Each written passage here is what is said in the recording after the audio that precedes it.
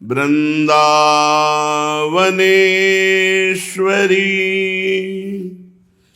तवैव पदारविन्दम् प्रेमामृतैकमकरन्द रसौघपूर्णम्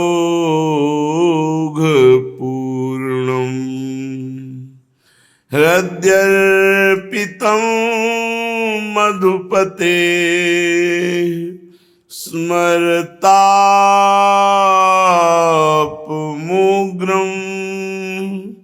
निर्वापयत् परमो शीतलमाश्रयामि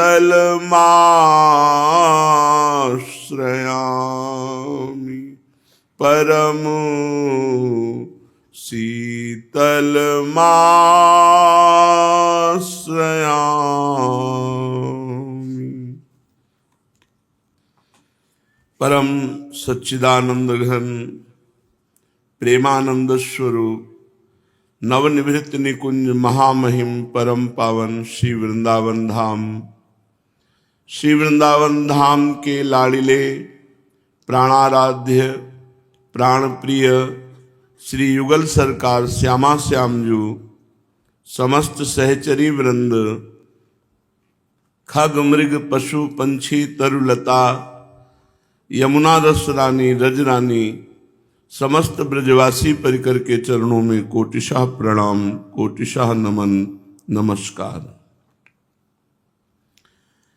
धाम की अपार महिमा का वर्णन स्वाभाविक ही ऐसा सत्य है, क्योंकि यहाँ लाडिले प्रिया प्रीतम जो विराजमान है, जो वृंदावन धाम का आश्रय और वास स्वीकार कर लेता है, तो आश्रय स्वीकार मात्र से प्रिया प्रीतम उसे अपना स्वीकार कर लेते हैं, और कभी करुणामयी दृष्टि से देख लिया, बस परम कल्याण हो गया। श्रीपाद प्रबोधानंद जी महाराज कहते हैं, निर्मर्यादाश्चर्य कारुण्य पूर्णो राधा कृष्णो पश्यतश्चेत् कदाचित् यः कोऽप्यस्मिन् यादृशास्तादृशो वा देहस्यान्ते प्राप्नुयादेव सिद्धिम।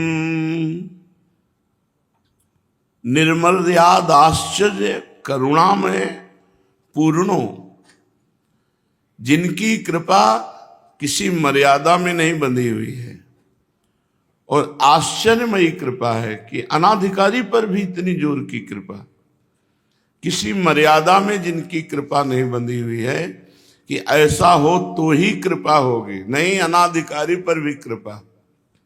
ये हमारी प्रिया जो है, ये हमारे युगल सरकार हैं। निर्मर्याद आश्चर्य कारुण्य पूर्णो, जो असीम आश्चर्य में मर्यादा रहित कृपा करते हैं। मर्यादा रहित की जो दैवी संपदा से युक्त नहीं है, शास्त्र सम्मत नहीं चलता है, एक भी भागवती गुण नहीं, उस पर भी कृपा। राधा कृष्णो पश्यतश्चेत् कदाचित, कदाचित खेलते हुए वृंदावन में, और उनकी दृष्टि पड़ गई कि ये मेरा जन है, बस यह कोप्यस्मिन् यादृशास्ता दृशोवा, वो चाहे कोई भी हो, एक बार दृष्टि पड़ गई प्रिया प्रीतम जी की उस जन पर, तो देह आनंद पूर्वक व्यतीत होगी, और देह त्याग के बाद भगवत देह उसे मिलेगा। भगवत देह भाव देह, और अपने भाव देह से सदैव के लिए प्रिया प्रीतम के समीप पहुंच जाएगा। प्राप्नुया देव सिद्धिम, जो सिद्ध देह है, सहचरी देह है, ये उसे प्राप्त हो। इसलिए पड़े रहो, ये सब कूड़ा करकट मत सोचो, मेरे से साधना नहीं होती, मेरे से ये नहीं होता। मैं सबसे बड़ी साधना आपको कितनी बड़ी बात मिल गई है, साधु समागम। सुत दाराधन लक्ष्मी पापियों के घर होए, संत समागम हरि कथा तुलसी दुर्लभ दोए। रोज सत्संग सुनने को मिल रहा है। पूरे विश्व में इस समय कहीं सत्संग नहीं हो रहा होगा। और फिर पूरे विश्व के चरम सीमा का स्थान वृंदावन में और रजरानी में और यमुना जी के पावन तट पर बैठ करके आप सुन रहे हैं। ये यमुना प्रवाह स्थली ही है। यहां पड़े रहना भजन सबको समझ में नहीं आता। कई बार खुलकर वर्णन करते हैं। धाम, नाम, रूप और लीला, ये चार हैं भगवत प्राप्ति के स्तंभ। आपको प्रिया प्रीतम का रूप नहीं आता दर्शन में, कोई बात नहीं। आपको प्रिया प्रीतम की लीला का भी चिंतन नहीं होता, कोई बात नहीं। आपका निरंतर नाम भी नहीं चलता, कोई बात नहीं। लेकिन आप निरंतर धाम में तो वास कर रहे हैं ना, इस पर क्यों महत्व बुद्धि नहीं जा रहे? निरंतर धाम में वास कर रहे हो, इसके प्रभाव से क्या होगा? कह रहे हैं राधा कृष्णो पश्यतश्चेत कदाचित, कदाचित खेलंतो ब्रजनगर वीथि सुहृदयम हरंतो श्री राधा मधुपति कुमारो सुकृतिना। कभी खेलते हुए युगल सरकार जो वृंदावन वासी है, ऐसे पुण्य आत्मा का चित्त अपहरण कर लेंगे। कभी ऐसा बोले वो कोई पुण्यात्मा होगा। देखो अब हम अपने को पापात्मा नहीं कह सकते, इसलिए नहीं कह सकते हैं पापी थे, हो सकता है रहेंगे भी, पर हम नहीं कह सकते क्योंकि अब हमें श्री जी ने स्वीकार कर लिया है। बोले आपको स्वीकार कर लिया है? नहीं, हम सब स्वीकार न किए होते तो हम बैठ ही नहीं सकते। प्रथम यथामति प्रणवों श्री वृंदावन अति रम्य, श्री राधिका कृपा बिन सबके मन नगम। बोले हम वैसे हैं नहीं श्री जी लायक, जैसा होना चाहिए। ये बात सबके हृदय में होनी चाहिए, ये होनी चाहिए, नहीं अहंकार आ जाएगा। ये सत्य है कि उनके लायक नहीं है, पर हमें उनके, ये भी सत्य है। जब उनके हैं तो अपने लायक बना लेंगे, और हम नालायक को जब पसंद कर लिया तो हमें लायक बनने की जरूरत नहीं। जब नालायक स्थिति में पसंद कर लिया तो हमें लायक बनने की क्या जरूरत है? इसी में हमारी श्री जी ने हमें पसंद कर लिया। कदावा खेलंतो ब्रजनगर वीथि सुहृदयम हरंतो श्री राधा मधुपति कुमारो सुकृतिना। कभी ये खेलते हुए दोनों युगल सरकार दृष्टि डाल देंगे तो हरंतो, हमारे हृदय का अपहरण हो जाएगा। और अपहरण किन में हो जाएगा? श्यामा श्याम में। रात दिन श्यामा श्याम का चिंतन। और कुछ ना बने तो पड़े रहो वृंदावन। कह रहे देहास्यांते प्राप्नुया देव सिद्धिम। शरीर छूटने के बाद तुम्हें परम सिद्ध देह मिलेगा, प्रिया प्रीतम का सहचरी स्वरूप। हमें इन बातों पर विश्वास करना है क्योंकि सिद्ध महापुरुष बोल रहे हैं। दूसरी बात है कि अपनो परण विशाल भगत को पूरो परण निभाऊं। भगवान अपनी बात एक बार झूठी कर सकते हैं, लेकिन अपने प्रेमी भक्त की बात नहीं झूठी कर सकते।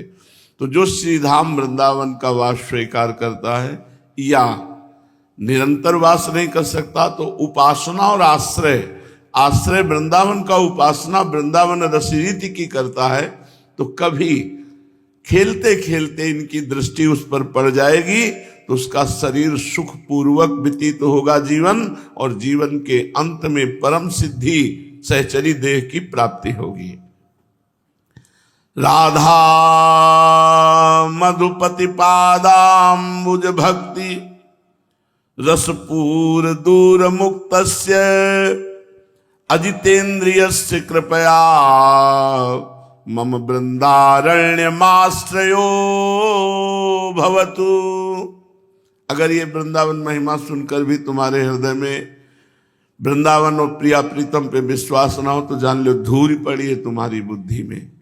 कह रहे हैं एक एक बात समझ लो, बस निहाल हो जाओगे। श्री राधा माधव की प्रेम भक्ति से बहुत दूर है और उनके प्रेमी जनों से भी बहुत दूर है और अजितेंद्रिय है, पर वो वृंदावन का वासी है, उसे भगवत प्राप्ति हो जाएगी। और क्या चाहिए भाई? राधा माधव की प्रेम लक्षणा भक्ति से बहुत दूर है वो सब हैं अपने लोग, प्रेम लक्षणा भक्ति अश्रु प्रवाह करते हुए हर क्षण प्रिया प्रीतम के प्रेम में। कहां ऐसा है?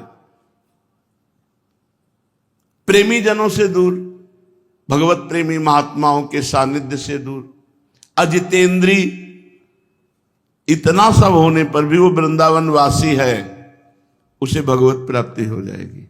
श्रीपाद प्रबोधानंद जी कह रहे हैं अजितेंद्रिय से कृपया, वो किससे भगवत प्राप्ति करेगा? कृपा से।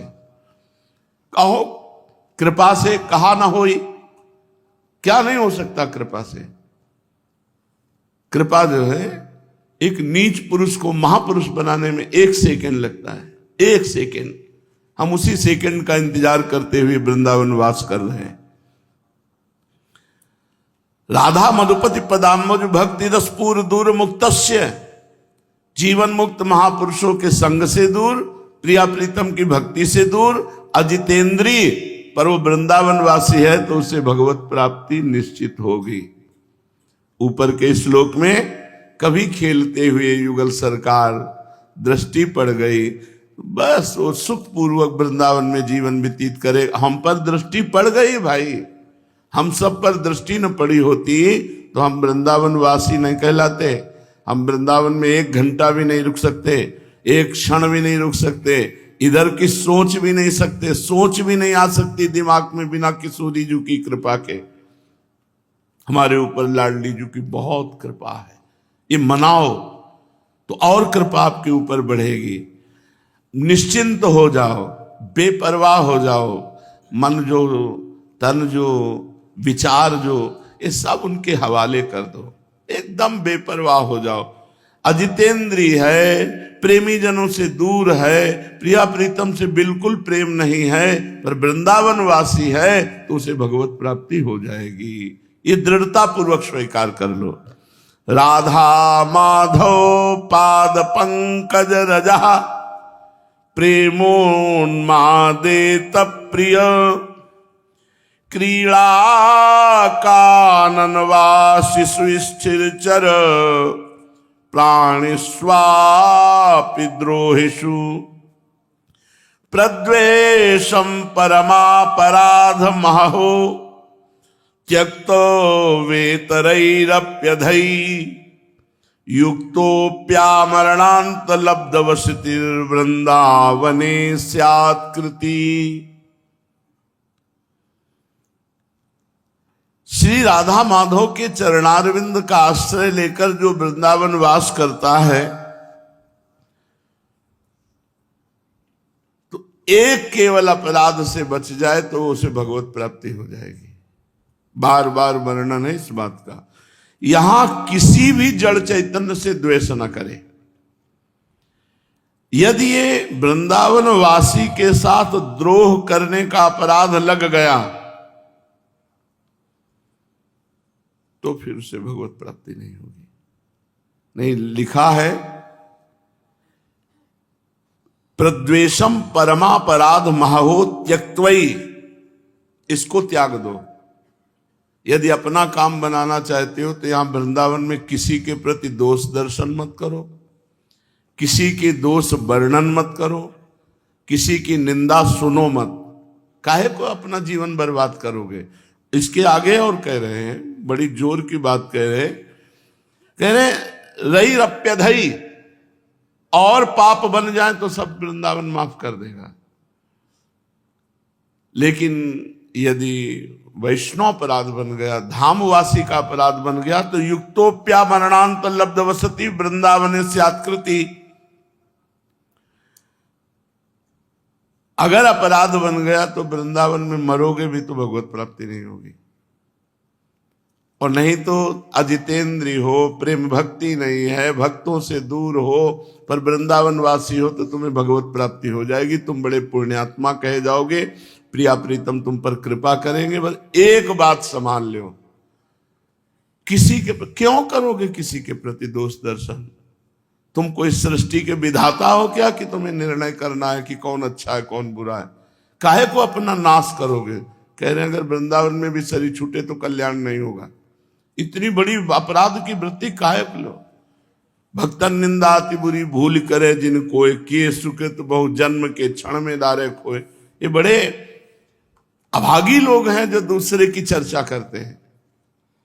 अरे भाई, हमें अपना सुधार करके प्रिया प्रीत, हमसे कुछ नहीं बनता, हम पढ़े हैं, पर हम दूसरे की दोष दृष्टि करके दूसरे की निंदा करें, दूसरे की निंदा सुने, इससे हमारा कल्याण रुक जाएगा। अब ये बात मान लो, अगर कोई निंदा सुना रहा है तो जोर से बोलो राधा राधा राधा राधा राधा, कान में अंगुली डालो राधा, निकल गए। आप तो वर्णन ही मत करो, अगर दिखाई दे रहा है ये गलत कर रहा है तो प्रणाम करो मानसिक, हे प्रभु आप वृंदावन वासी हैं, मैं आपकी महिमा को नहीं समझ पा रहा हूं, मैं गलत देख रहा हूं, प्रभु मुझे क्षमा करना। मानसिक प्रणाम करे, कभी उसकी निंदा न करे। कभी कोई तुमसे पूछे कि उसका वो दोष करते हुए देखा क्या, हमने नहीं देखा। हमें बिल्कुल किसी की निंदा नहीं। कह रहे हैं प्रद्वेषम परमापराध, अगर वृंदावनवासी के प्रति द्वेष करके तो ये परम अपराध है, यहां शरीर छूटने पर भी कल्याण नहीं होगा। एक जन्म और लेना पड़ेगा, उस अपराध का मार्जन होगा, जो भी जैसे भी, फिर आगे की। इतना बड़ा दंड काहे को भोगोगे, बेमतलब लेना न देना, अपने आप को जीवन बर्बाद कर लेना। इसके बाद रही रप्यधई और बहुत अपराध बन जाए, सब माफ हो जाएंगे वृंदावनवासी के। एक केवल बात है, वैष्णव अपराध ना करो। वैष्णव अपराध, वृंदावनवासी के दोष दर्शन, दोष वर्णन, दोष श्रवण, इसका त्याग करते हुए यदि आप केवल पड़े रहते हो वृंदावन में, तो वृंदावन वास मात्र से आपको भगवत प्राप्ति हो जाएगी। 4 भजन के खम्भ हैं, धाम नाम रूप लीला। धाम मिल गया है, एक कोना पकड़ लो चद्दर का, पूरा चद्दर आ जाएगा। एक धाम निष्ठा रख लो, धाम भी चलने लगेगा। यहाँ फिरे स्वार्थ अपने भजन गए फिरे बा, रूप का भी दर्शन हो जाएगा, लीला चिंतन भी, लीला में प्रवेश भी हो जाएगा। शांत रहो।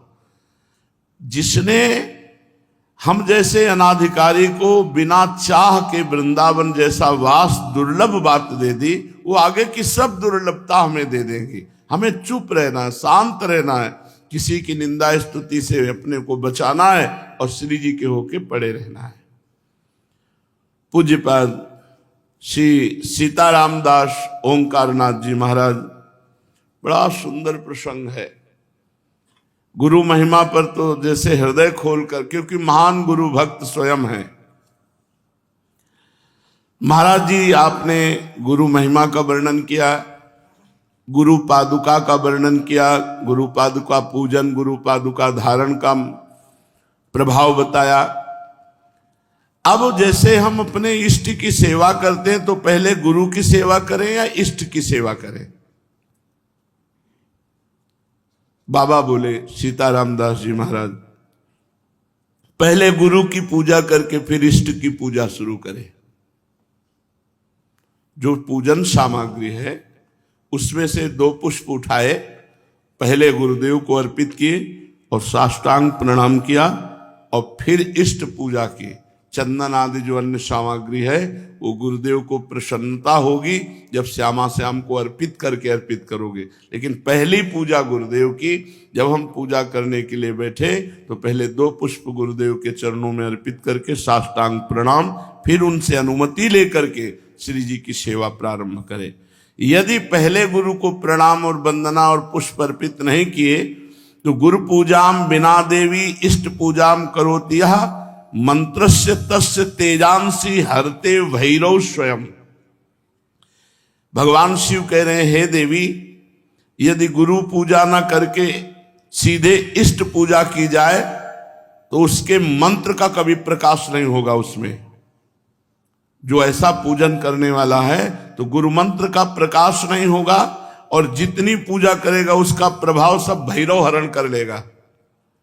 जो भैरव देव हैं वो अपहरण कर लेंगे, उस पूजा का प्रकाश नहीं हो पाएगा। गुरु पूजाम विनानाथ कोटि पुण्यम वृथाव्ययम अतः सर्वजने ख्यातम गुरुणा सिद्धि मापनुयात। गुरु पूजा के बिना करोड़ों प्रकार के पुण्य सब व्यर्थ हो जाते हैं। जो सिद्धि का कारण जानते हैं वो सबसे पहले गुरुदेव की पूजा करते हैं। जैसे आप तीर्थ अवगाहन करने गए तो सबसे पहले गुरु को प्रणाम करो, फिर उस तीर्थ को प्रणाम करके तीर्थ अवगाहन करो। पहले गुरु, हर समय हर क्रिया में, घर से निकलने पहले गुरुदेव को प्रणाम किया। यदि गुरु पूजा ना की जाए तो करोड़ों प्रकार के पुण्य सब व्यर्थ हो जाते हैं। प्रथम गुरु पूजा, गुरु प्रथम पूजा करने पर उसे सिद्धि लाभ होती है। यदा ददाति संतुष्टः प्रसन्नो वरदौ मनुम तदा भक्त्या धनः प्राण गुरुर यत्नेन तोषेत।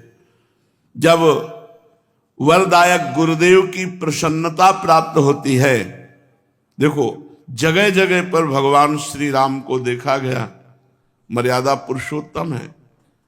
गुरु ही प्रणाम मन ही मन कीन्हा।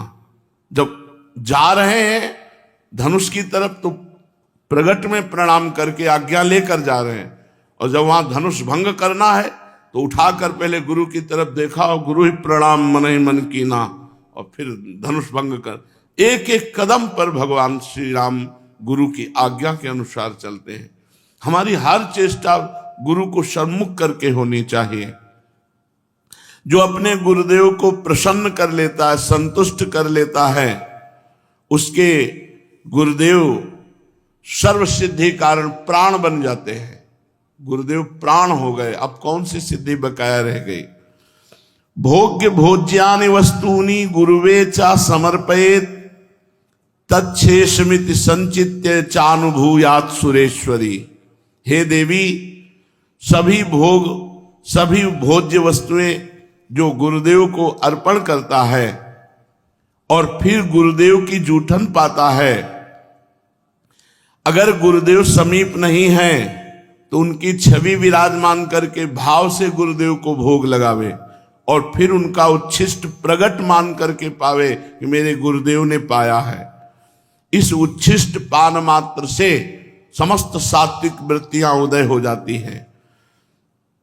गंधैर मालैश्च चारवंगी पूजयेत सर्वदा गुरुम। हे सुंदरांगी देवी, जो गंध से, माला से, अन्य वस्तुओं से गुरुदेव की पूजा करता है, अगर गुरुदेव प्रगट में नहीं मिलते हैं तो उनकी छवि विराजमान करके ठीक वैसे ही भाव से करो जैसे प्रगट में गुरुदेव की पूजा कर रहे हो।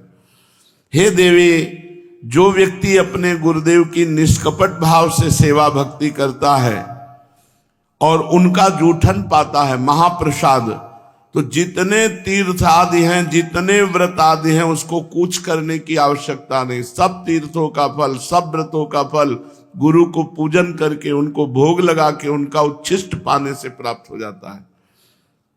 हे देवी, श्रुति कहती है कि भोग मोक्षार्थियों के लिए, ब्रह्मा विष्णु महेश्वर के पदाकांक्षियों के लिए केवल गुरुदेव की भक्ति ही एकमात्र उपाय है, अन्य कोई मार्ग नहीं। गुरु भक्ति के द्वारा असाध्य साधना भी साधित हो जाती है। जो असाध्य साधना है वो भी साधित हो जाती है। जैसे बहुत बड़ा पहाड़ जैसा रुई का ढेर लगा हो तो एक दिया सलाई लगाते ही भस्म हो जाती है, ऐसे ही गुरु सेवक के महान पर्वत जैसे पाप भी क्षण में भस्म हो जाते हैं। जो शिष्य महात्मा गुरुदेव का सेवा, शुश्रूषा, आज्ञा उनके परायण रहता है तो उसे अन्य कोई साधना नहीं करनी पड़ती।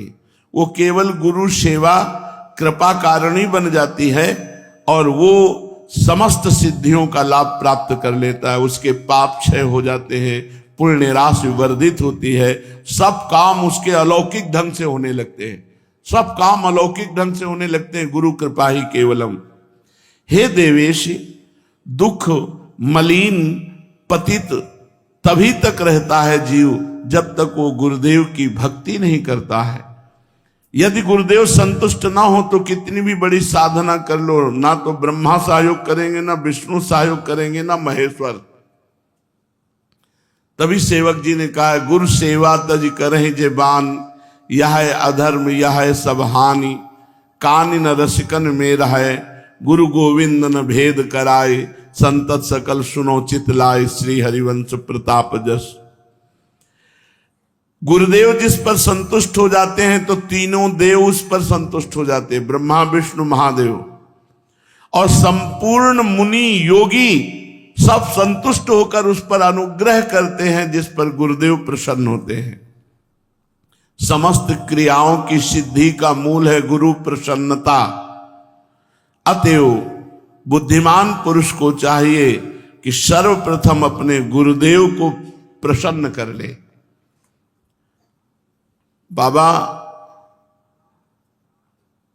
एक एक सेवा का आप जब वर्णन करते हैं तो सुनकर के एक अपार आनंद हमारे हृदय में हो रहा है, एक नवीन उत्साह प्रकट हो रहा है। साथ ही मैं अच्छी तरह से समझ गया हूं कि गुरु सेवा करने से मुझ सरीखे श्रद्धा भक्तिहीन प्राणी को भी परम पद मिल जाएगा। हां, तवा दार्तिम भय शोको लोभ मोह भ्रमादया यावन नायाति शरणम श्रीम गुरुम भक्तवत्सलम। तभी तक पीड़ा, भय, शोक, रोग, लोभ, मोह, भ्रम ये साधना में विक्षेप डालते रहते हैं जब तक भक्तवत्सल श्री सदगुरुदेव भगवान की शरण नहीं ग्रहण की जाती। अधिक क्या कहूं, यदि गुरुदेव संतुष्ट हो जाएं और कह दें कि जा तो मुक्त हो गया, तो इस बात को भगवान भी नहीं काट सकते। बस ये बात पकड़नी। तो कह रहे भगवान भी उस बात को नहीं काट सकते। यदि गुरु कह दे कि जा तो मुक्त हो गया, बस मान लेना चाहिए मैं तो मुक्त हो गया, मेरे गुरुदेव ने कह दिया।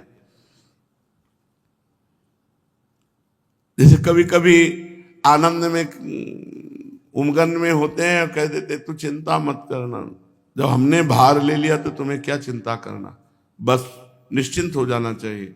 कि जब गुरुदेव ने कह दिया कि हमने भार ले लिया तो जब उन्होंने ले लिया, पर जीव देहाभिमानी है, वो इसे विनोद समझ लेता है, इसे व्यर्थ बात को समझ लेता है कि भला ऐसे इनके कह देने से मुक्त हो जाएंगे क्या। एक बार गुरु महिमा प्रदर्शित करने के लिए देवर्षि नारद जी बैकुंठ में गए। ये हमारे पिताश्री के गुरुदेव आते थे, श्री स्वामी शारदाश्रम सरस्वती जी महाराज, वो सुनाते थे, हम बच्चे थे तब सुने थे। तो बैकुंठ में गए, थोड़ी देर बैठे और हटे, विचरण के लिए चल पड़े। तो वहां भगवान के पार्षद जल छिड़क के पोछा लगा रहे थे। किसी कारण से फिर देवर्षि नारद वापस लौट आए, तो उन्होंने देखा जहां हम बैठे थे वहां जल छिड़क के पोछा लगाया जा रहा। तो भगवान से कहा, प्रभु आपका नाम लेते हैं, आपकी शरण में है, तो क्या हम अपवित्र हैं? भगवान ने कहा पार्षदों से पूछो।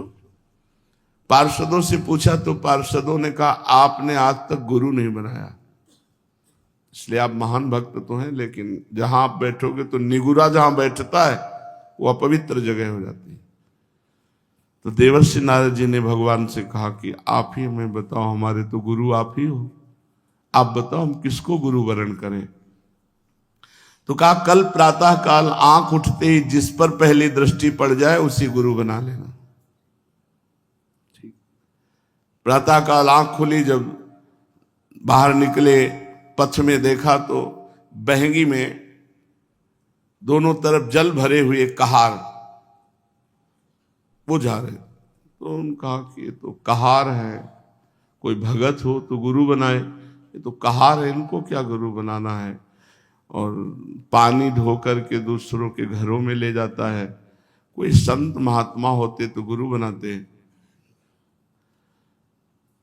भगवान के पास पुनः गए, भगवान ने कहा गुरु बनाया? उनका प्रभु तो कहार है, तो गुरु की जाति देखी? नहीं प्रभु, वो पानी दूसरों के घर में ले जाते। तो गुरु की क्रिया देखी? जाओ मैं तुम्हें शाप देता हूं, 84 लाख योनियों में भटको। देवर्षि नारद जी घबरा गए, कहा प्रभु अब कैसे मुक्ति हो सकती है? आपके श्रीमुख के वचन तो परम सत्य होते हैं। तो कहा अपने गुरुदेव से पूछो जाके, कहाँ मिलेंगे? जहां तुम्हें मिले थे और वो स्वयं भगवान ही कहार बनकर गए, चरणों में लौट गए, भगवान मुझे क्षमा करो, आप हमारे गुरुदेव हैं, मैंने आपको गुरुदेव रूप में वरण कर लिया, पर भगवान ने शाप दे दिया, ऐसी ऐसी बात थी। तो उन्होंने 84 ऐसे गोल गोल बना दिए जमीन पे और कहा ऊपर का कपड़ा उतार के लौट जाओ। बोले 84 लाख योनियों तुमने पार कर ली, अब तुम्हें 84 लाख योनियों में नहीं जाना पड़ेगा। नारद जी भगवान के पास गए, बोले प्रभु गुरुदेव ने ऐसा बोले, फिर संशय गुरुदेव के वाक्य पर, तुम 84 लाख योनियों से मुक्त हो गए क्योंकि गुरुदेव ने कह दिया। तो यहां शास्त्र में कह रहे कि यदि गुरुदेव भक्त वत्सल कह दे कि जा तुम मुक्त हो गया, तो विश्वास करो भगवान भी इस बात को नहीं काट सकते। यावत चोपाधि पर्यंतम तावत शुश्रूयेद गुरुम गुरुवत गुरु भार्याम तत्पुत्रेषु च वर्तनम। जब तक देह रहे तब तक गुरु की आज्ञा में, गुरु की सेवा में रहे। यदि गुरु आज्ञा करे तो गुरु पत्नी, गुरु पुत्र सबकी सेवा में, ऐसा पूर्व के भक्तजन करते रहे। महाभारत उठा लो, चाहे वेद उठा लो, सब जगह गुरु सेवा। क्योंकि उस समय गुरुजन जो रहते थे वो जंगलों में रहते थे, पर्णकुटी में रहते थे, पर उनकी गुरु पत्नी भी रहती थी, उनके पुत्र भी होते थे। तो यहाँ आज्ञा कर रहे हैं कि अगर गुरु आज्ञा करे तो गुरु पत्नी, गुरु पुत्र आदि की भी गुरु के समान ही सेवा करे। यश देवे पराभक्तिर यथा देवे तथा गुरो तस्सेते कथिता हरथा प्रकाशनते महात्मना। जिसकी परमेश्वर में जैसी भक्ति है उसी तरह गुरु में भी वैसी भक्ति होनी चाहिए, परमेश्वर के समान। श्वेतरोपनिषद में है यस्य देवे पराभक्तिर यथा देवे तथा गुरु।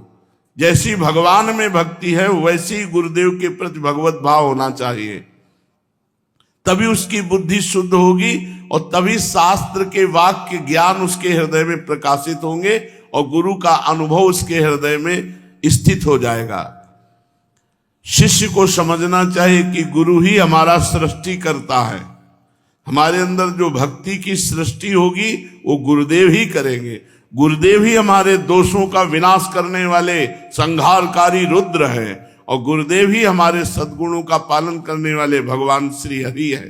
अर्थात सृजन, पालन और संहार तीनों कार्य हमारे गुरुदेव करते हैं। हमारे हृदय में दैवी संपदा का सृजन, भगवत भाव का सृजन और उसका पालन और दुर्गुण दुराचार का विनाश।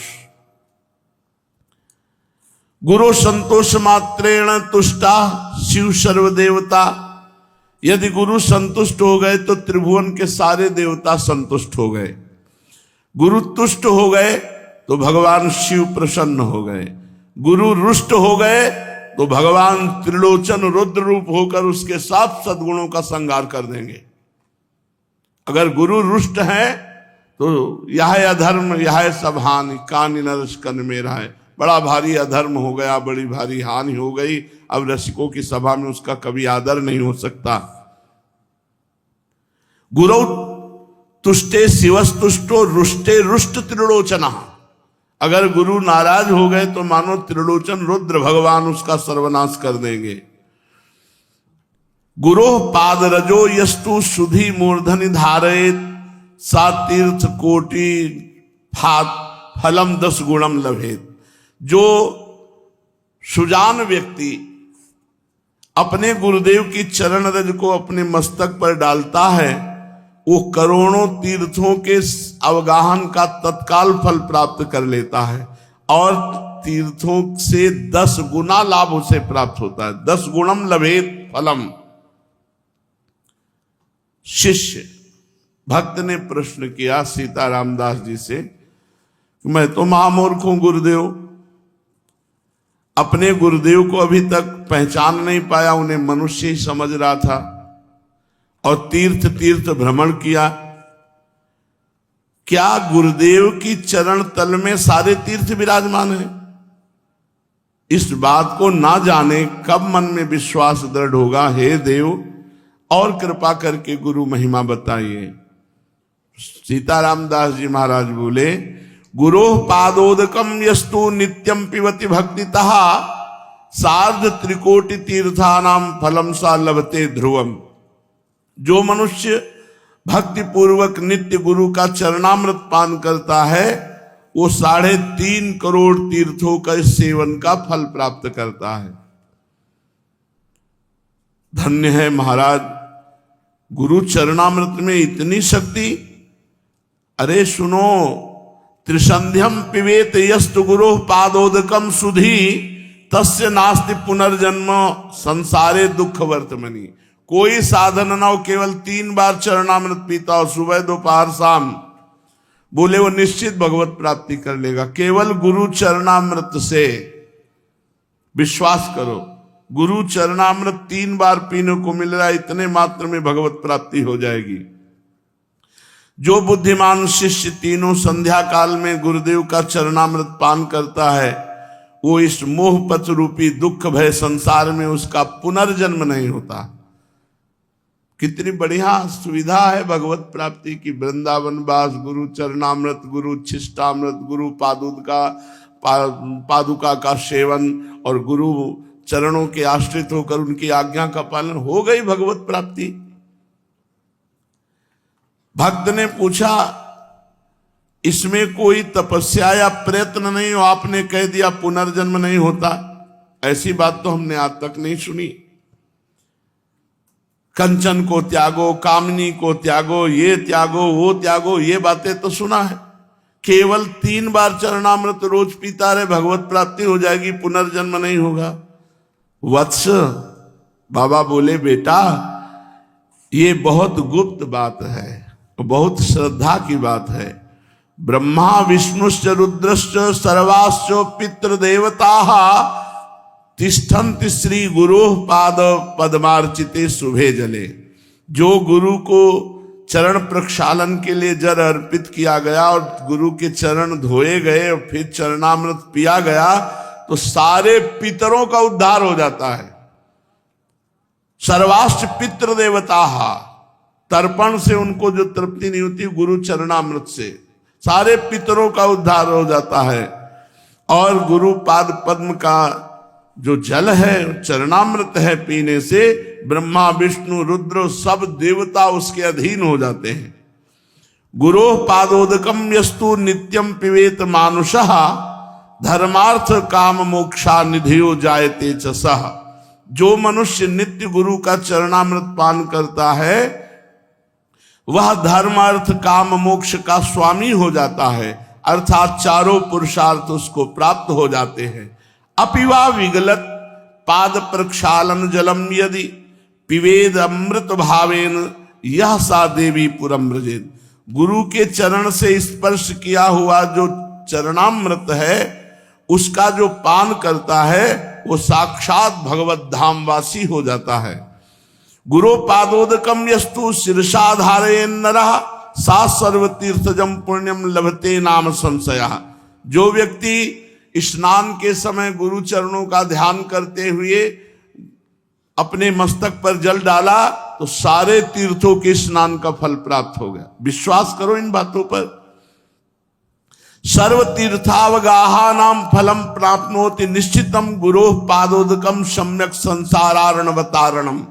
जो गुरु चरणामृत अपने सर पर धारण करता है उसे समस्त तीर्थों के अवगाहन का फल निश्चित ही प्राप्त होता है, क्योंकि गुरु का चरणामृत सम्यक रूप से संसार सागर से उद्धार करने वाला है। अज्ञान मूल हरणम जन्म कर्म निवारणम ज्ञान वैराग्य सिद्ध्यर्थम गुरु पादोदकम पिबेत। जो रोज गुरुदेव का चरणामृत पीता है उसके जन्म मरण का चक्र खत्म हो जाता है, ज्ञान वैराग्य उसका सिद्ध हो जाता है। गुरु पादोदकम पेयम गुरुर उच्छिष्ट भोजनम गुरु मूर्ति सदा ध्यानम गुरु स्तोत्रम सदा जपेत। जो गुरुदेव की चरण पादुका का पूजन करता है, गुरु चरणों की चरणामृत का पान करता है और गुरु की जूठन पाता है और गुरु के अधीन रहता है, त्रिभुवन में उसके लिए कुछ दुर्लभ नहीं है। गुरु महिमा तो आपने निहाल कर दिया सुनाकर, पादुका का महत्व, सेवा, पूजा और चरणोदक का पान सुन लिया। अब शिष्य के लिए और ज्ञातव्य क्या है? बाबा बोले, बेटा वत्स, गुरोरन्नम महादेवी यस्तु भक्षणम आचरेत कोटि जन्मार्जितम पापो तत्क्षणादेव नश्यति। ना स्नानम पाद शोचव्य न चवाचमनम चरेत प्राप्ति मात्रेण भोक्तव्यम नेवस्थानम विचारेत। महादेवी, जब मनुष्य को भगवान की कृपा का विशेष प्रभाव होता है तब गुरु की जूठन मिलती है। ऐसे नहीं मिल जाता कि बहुत तड़पना पड़ता है, बहुत व्याकुलता अंदर भगवान जब देखते हैं तब व्यवस्था बना देते हैं गुरु उच्छिष्ट की। गुरु चरणरज, गुरु चरणामृत, गुरु पादुका, गुरु उच्छिष्टामृत, ये सब गुरुदेव की कृपा से प्राप्त है। जो गुरुदेव को भोग लगता है उस अन्न का जो कण है वो जब मुख में जाता है तो तत्काल सारे पाप नष्ट हो जाते हैं। स्नान, पाद प्रक्षालन, आचमन, गुरुदेव का जो भी है, आचमन किया हुआ जूठा जल है, स्नान किया हुआ सर्वांग जल है। कितनी महिमा पूर्व के संत जानते हैं इन बातों को। और जब प्रसाद मिले तो प्राप्ति मात्रेण भोक्तव्यम नैव स्थानम विचारे। मैं नहाए नहीं हूं, मैं कुल्ला नहीं किए हूं, ये कुछ नहीं। जिस समय उच्छिष्ट मिले तुरंत उसी अवस्था में उसको मुख में धारण करो। प्राप्ति मात्रेण भोक्तव्यम नैव स्थानम विचारे। विचार करने की गुंजाइश की, अच्छा रख दो फिर पा लेंगे, पहले थोड़ा ही किनका चाहे पाओ, तुरंत पाओ जब गुरु उच्छिष्ट मिले, भगवत उच्छिष्ट मिले। ना ब्राह्मण्यम, ना कौलिन्यम, ना जाति नाम विचारणम, ना ज्ञाति सुत बंधु नाम सत्यानाम तत्र चिंतयन। एक स्थानम स्थितम अन्नम तत्तीर्थश्च मंडलीकृतम भोक्तव्यम मोक्षदम शूद्र स्पृष्टम न चिंतयेत। ये बहुत बड़ा अपराध है यदि गुरु की जाति पर दृष्टि रखी जाए कि गुरुदेव किस जाति के हैं। बहुत बड़ा अपराध हो जाएगा। प्रायः जो ज्यादा अपने में देहाभिमानी जन जो जाति अभिमान करते हैं उनसे ये अपराध बन जाता है। ये चीजें बहुत सावधानी की है कि कभी किसी संत के उच्छिष्ट पाने के समय ये बात मत पूछो कि ये किस जाति के हैं, किस कुल के हैं। अब वो हरि स्वरूप हैं, उनका जूठन पाना हमारे लिए सौभाग्य होगा। ये नहीं सोचना कि जाति पक्ष कुल पक्ष ऐसा। जो गुरुदेव जहां स्थित हैं वहीं से प्रसाद मिल जाए तो मोक्ष का वो कारण बन जाता है। यदि गुरुदेव का प्रसाद मान लो कौआ, कुत्ता, कोई भी ऐसा जीव अचानक, तो हम उसे फेंकेंगे नहीं, हम उसको पा जाएंगे। जो शेष बचा हुआ है वो हम पा जाएंगे। प्रसाद की ऐसी महिमा। हरिराम व्यास जी ने कहा यदि कुत्ता जूठा कर जाए या कौआ ऊपर से बीट डाल दे तो हम उतना हटा करके वो बीट फिर हम प्रसाद पा लेंगे। प्रसाद को नहीं फेंका जाता कि प्रसाद में, और प्रसाद को गर्म नहीं किया जाता कि अब ठंडा है चलो रोटी गरम कर लो, सब्जी गरम कर लो, वो फिर अपमान है प्रसाद का। जैसा प्रसाद मिला ठीक वैसा उसी समय पा लिया जाए, ये सर्वप्रथम प्रसाद का सम्मान है। अगर आप कहीं बहुत ऐसा कुछ है, बिजी है भाई कि प्रसाद से ज्यादा आप कोई महिमाशाली कार्य कर रहे तो किनका तो ले लीजिए, बाद में पा लेना। और मुंह जूठा नहीं माना जाता प्रसाद पाने के बाद। प्रसाद पाके तुरंत आप निज मंत्र जप सकते हैं। गुरु उच्छिष्ट और हरि प्रिया उच्छिष्ट पाने के बाद तुरंत उसमें जूठन नहीं माना जाता।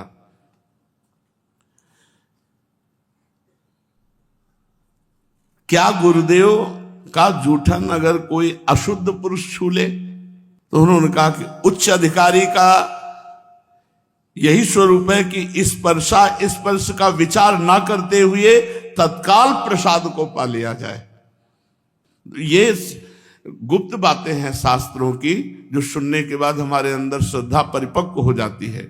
अनाधिकारी वही है जो गुरु के प्रसाद पर दृष्टि दूसरी कर ले। अरे ऐसा अधिकारी वही है जैसा, मतलब गुरु अधिकार की तो बात सबको पचेगी भी नहीं। जो एक बार बाल कृष्ण दास जी के पावन चरित्र में जो उस समय के श्रोता हैं, उस मतलब पचेगी ही नहीं, किसी को नहीं पचेगी। छी, ऐसे होगा नहीं होगा।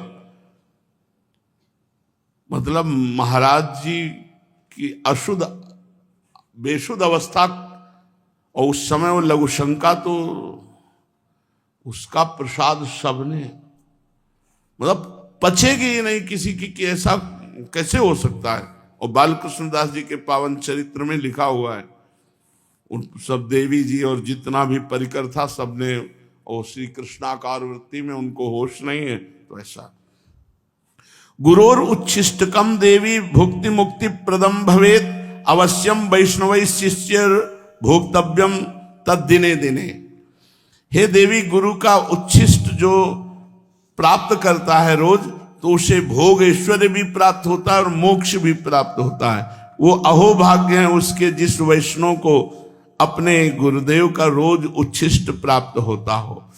गुरोर उच्छिष्टम च देवेशी तत्सुतोच्छिष्टमेव च भोजनीयम न संदेहो विकारश्चेत अधोगति। जो गुरु का उच्छिष्ट प्राप्त हुआ और उसमें क्या है,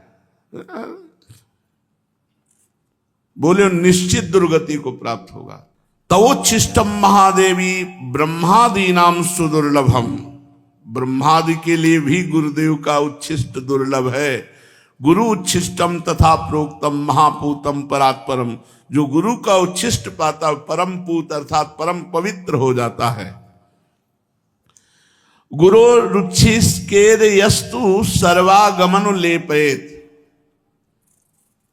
अब देखो एक बड़ी महिमा की बात कह रहे हैं।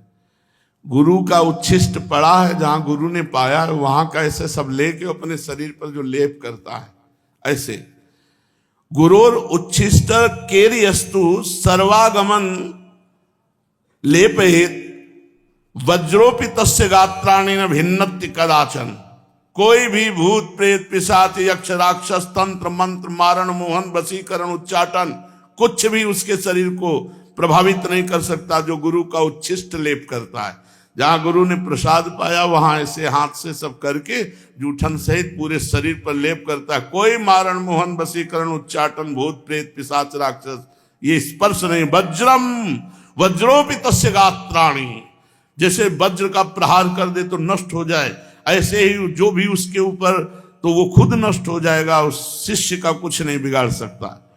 गुरु उच्छिष्टम अपन्नम यो भक्षेत भक्ति भावतः अन्नपूर्णा जगत धात्री तस्य ऐश्वर्य प्रयच्छति। जो गुरुदेव के उच्छिष्ट को बड़े भाव से पाता है तो अन्नपूर्णा मैया उस पर बड़ी कृपा करती हैं और सदैव भंडारा भरे रहती है।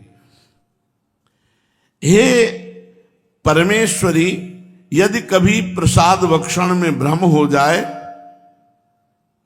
और प्रसाद का अपमान कर दे तो करोड़ कल्प तक उसका उद्धार नहीं हो सकता। कदाचित परमेशान यदि तत्र भ्रमो भवेत न तस्य निष्कृति दृष्टा कल्प कोटि सतैरपि न भक्षयेद यस्तु मोहात् गुरोरुच्छिष्टकम प्रिय तस्य क्रुद्धात् भवेत त्वं विपित्तश्च पदे पदे।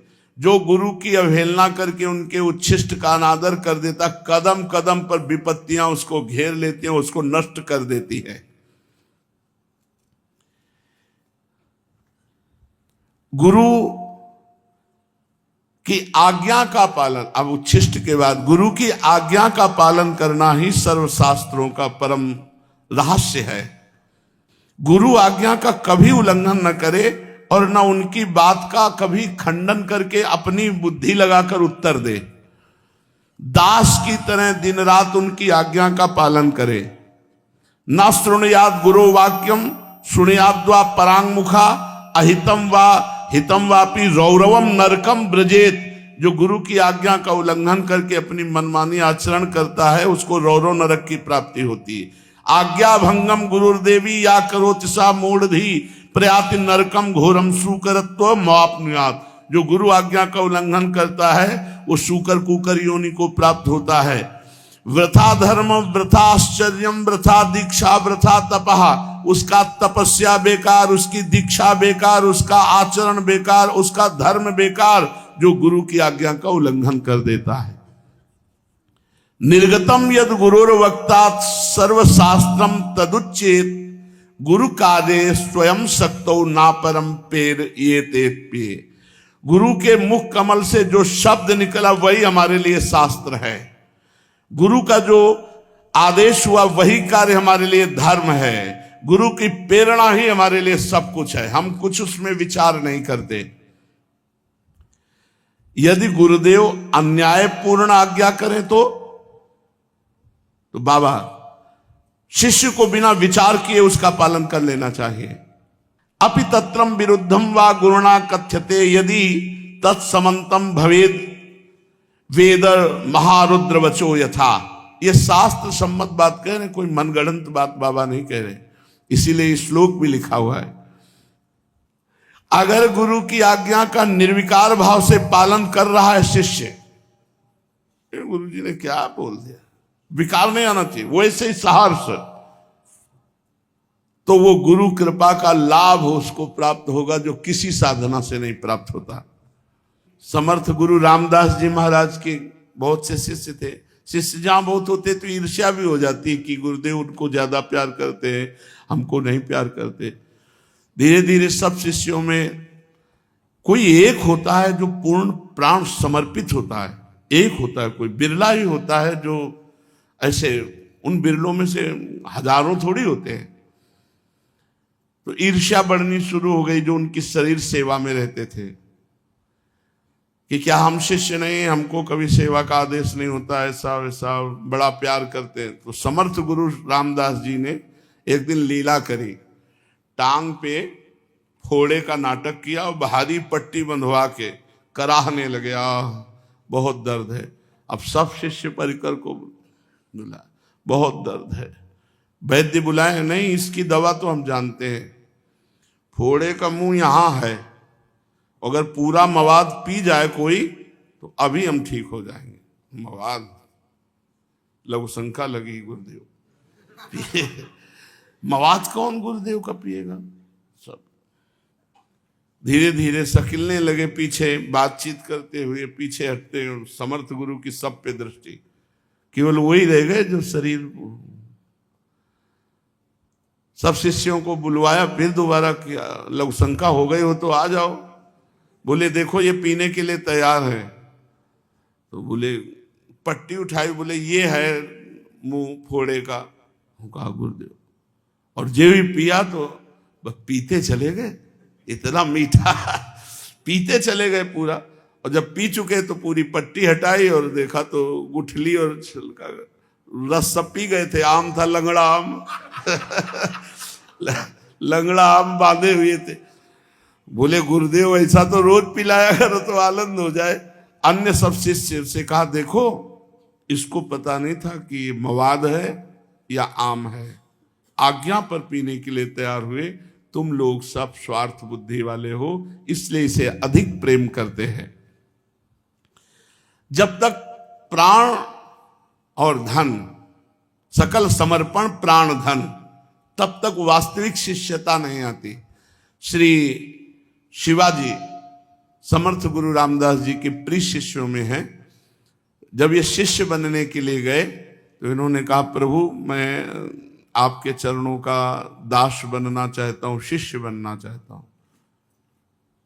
तो उन्होंने कहा भले आ गए, हमारे पेट में दर्द था, शिष्य बाद में बन जाना, पहले दवा की व्यवस्था। उनका राजवैद्य बुलाते हैं भगवान। बोले नहीं मुझे दवा पता है, जंगल में जाओ जहां सिंघनी के बच्चे हों तो उस सिंघनी से दूध दूह के ले आओ, अगर हम थोड़ा दूध पी लें तो हमारा पेट जो दर्द हो रहा है वो ठीक हो जाएगा। कोई सैनिक नहीं होगा साथ तुम्हारे, कोई अस्त्र शस्त्र नहीं होगा, मतलब मरने के लिए भेज रहे।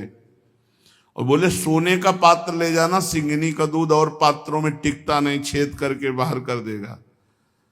सोने का पात्र लिया, अकेले गए जंगल में, जहां सिंह शावक खेल रहे थे तो सिंघनी को देखा, हाथ जोड़ा और कहा मुझे गुरुदेव की औषधि के लिए आपका दूध चाहिए।